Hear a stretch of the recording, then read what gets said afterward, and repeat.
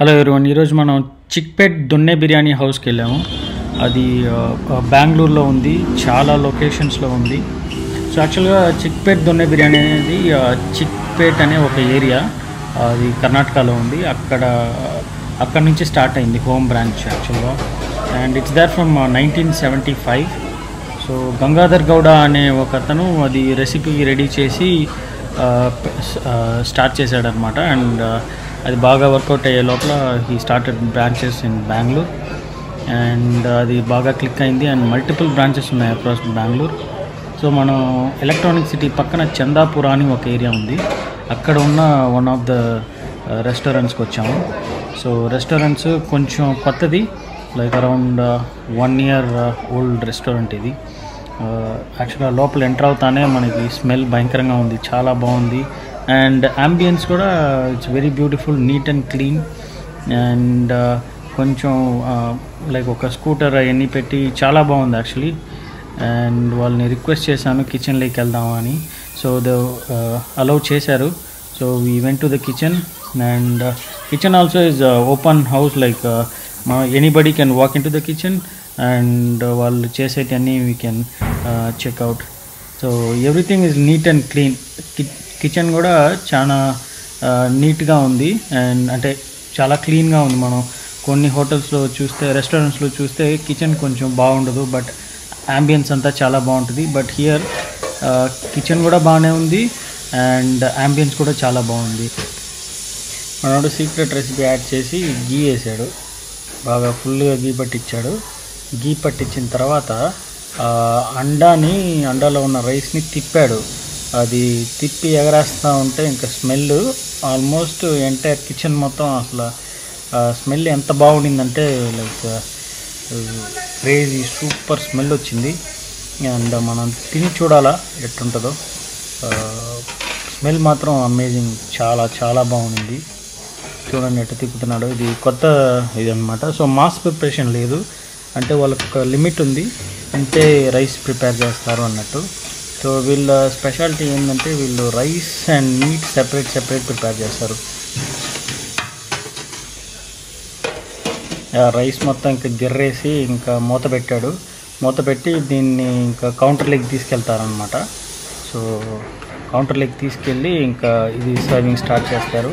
Actually already ఒక డబ్రా ఉండింది, ఆ డబ్రా అయిపోయేసింది. అది అయిపోయిన తర్వాత దిస్ ఇస్ ఫ్రెష్ అనమాట. సో స్మెల్ అయితే ఇంకా వస్తూనే ఉంది. I'm still enjoying the smell.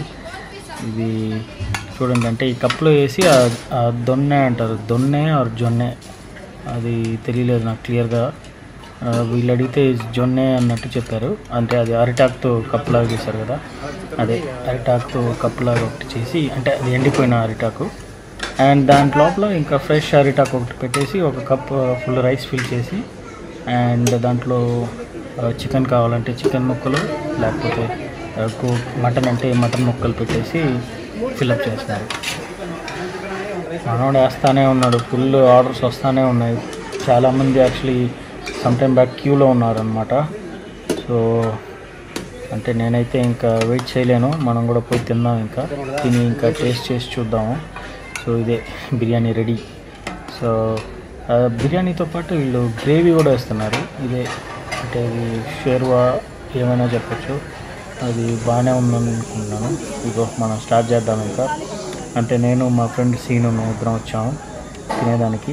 So తను ఒక చికెన్ బిర్యానీ ఆర్డర్ చేసుకున్నాడు, నేను చికెన్ 65 బిర్యానీ ఆర్డర్ చేసుకున్నాను. సో స్టార్ట్ చేద్దాం అయితే మరి.